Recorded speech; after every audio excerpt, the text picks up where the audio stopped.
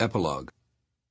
I close this year-long project on a personal note to share with you how these 81 verses unexpectedly increased my personal sense of awe and incredulity concerning the power and vast wisdom in this ancient classic. Re-listen to the display quote at the beginning of this book, which is attributed to Confucius.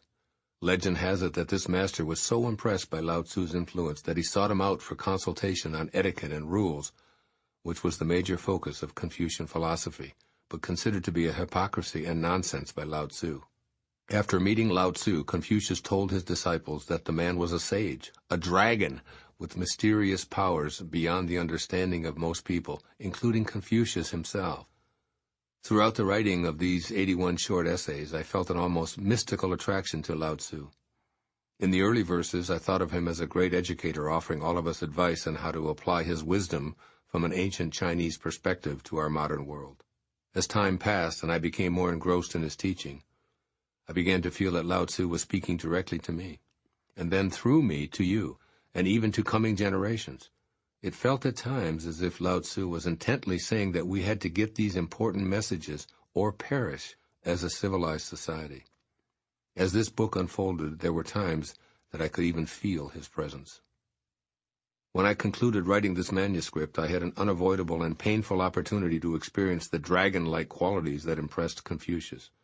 Through the Tao Te Ching, Lao Tzu gave me insight into the way to confront the winds and clouds of time and space, along with what initially seemed to be an insurmountable crisis. As I reread the final edit of Change Your Thoughts, Change Your Life, I was presented with perhaps the greatest personal challenge of my life. I felt the deep internal hurt that often drives human beings into conflicts. I felt the anger that allows people to think of themselves as victims and ultimately lead to the extremes of war that are addressed so frequently throughout the Tao Te Ching. My thoughts struggled with how Lao Tzu could speak of never having enemies. Surely it would be impossible for anyone to stay serene and feel connected to their source of love and well-being in the face of what I was going through. What good fortune could be hidden in this misfortune that seemed to emerge out of nowhere for no justifiable reason? Was I now to be the designated teacher for bad men? On and on went the questions within me as I read each verse. Then it began to feel as if Lao Tzu's dragon-like character appeared, burning my face as I read. It was almost as if he spoke these words directly to me. Quote, "So you think you've mastered the great way because you've spent a year reading and interpreting these 81 verses? Well, here's an opportunity to explore your mastery of the Tao. Here's something unexpected that's capable of turning you upside down and inside out spiritually, physically, intellectually, and emotionally. Apply all that I've taught you. Stay peaceful. Trust your nature. Know that it's all perfect. And most of all, do nothing. Live the hidden virtue of the Tao. If you feel dragged into a war, refuse to have any enemies. Don't have any violence in your mind, no revenge, and absolutely no judgment. Do this while staying centered in the all-loving, all-knowing perfection of the Tao in the face of what you think of as insurmountable. Then you will be able to call yourself a man of the Tao." Unquote. I began to feel that Lao Tzu was warming me with his dragon fire, as each verse was exactly what I needed each time I reread it.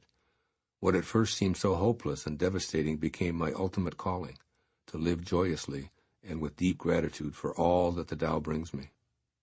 As you close this recording, it is my wish that you too will be able to apply this great wisdom of the Tao so that you can, even in the most difficult of times, change your thoughts and enjoy changing your life as well.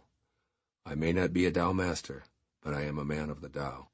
However these words of the Tao Te Ching came to be written and to endure for over 25 centuries, I am deeply honored to have been called to help clarify them for you, and I am at peace. Thank you, Lao Tzu. God bless you. Namaste.